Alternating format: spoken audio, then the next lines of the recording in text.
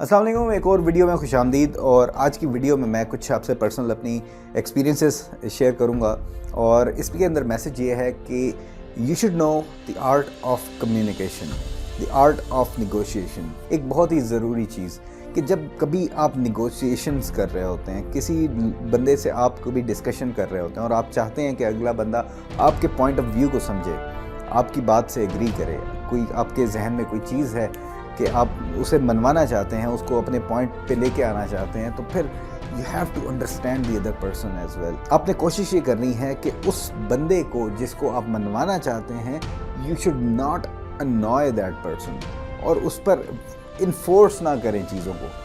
हर बंदे का एक डिफरेंट एटीट्यूड होता है, डिफरेंट एप्टीट्यूड होता है। हर बंदा एक ही तरीके से मोटिवेट नहीं होता, हर बंदा एक ही तरीके से कायल नहीं होता। तो इसलिए आपको पहले थोड़ा सा होमवर्क करना है कि किस बंदे से किस तरीके से, अगर आपकी पास्ट डीलिंग रही है उससे, तो फिर आपको थोड़ा सा उस चीज़ों को, तमाम चीज़ों को कंसिडर करते हुए अपना केस को पुट अप करना है।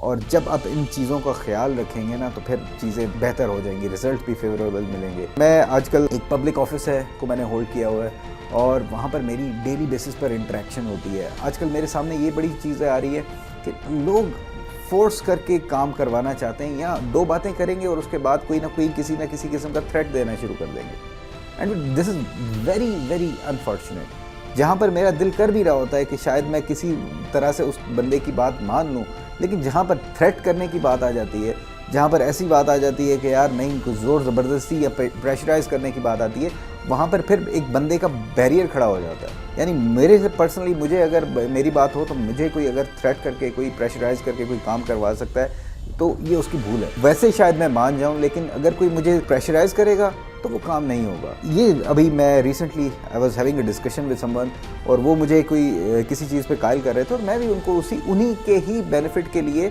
मैं उनसे एग्री कर रहा था और मैं उनको एक तरीका बीच में वे आउट बता रहा था। लेकिन साथ ही उन्होंने कहा अच्छा चले, अगर ये नहीं तो फिर हम इस तरह से कर लेंगे, उस तरह से कर लेंगे। मैंने कहा ठीक है, अगर आप ऐसा करना चाहते हो, इफ़ यू फील लाइक कि अगर वो आपके बेनिफिट में, आप कर लो, मुझे कोई फ़र्क नहीं पड़ता।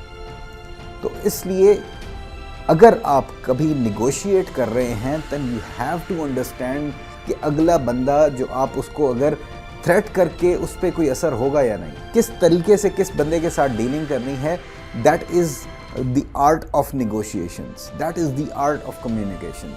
क्योंकि अगर आपको अगले बंदे से किस तरीके से उसको हैंडल करना है यही नहीं समझ लगेगा, तो फिर आप उससे अपना केस भी नहीं विन कर पाएंगे, उसे आप अपनी बात के लिए मनवा नहीं पाएंगे। तो जब कभी भी आप पब्लिक ऑफिस में कहीं पे जाते हैं या कहीं ऐसी कोई बात होती है, तो हमें ये मेंटालिटी चेंज करनी होगी। थ्रेट करने से बात आगे नहीं बढ़ेगी, लॉजिक पेश करनी पड़ेगी, दलील पेश करनी पड़ेगी, तो फिर हो सकता है कि आपकी बात मानी जाए। अपना ख्याल रखिएगा। नेक्स्ट वीडियो में इंशाल्लाह फिर मुलाकात होगी। अल्लाह हाफ़िज़। पाकिस्तान।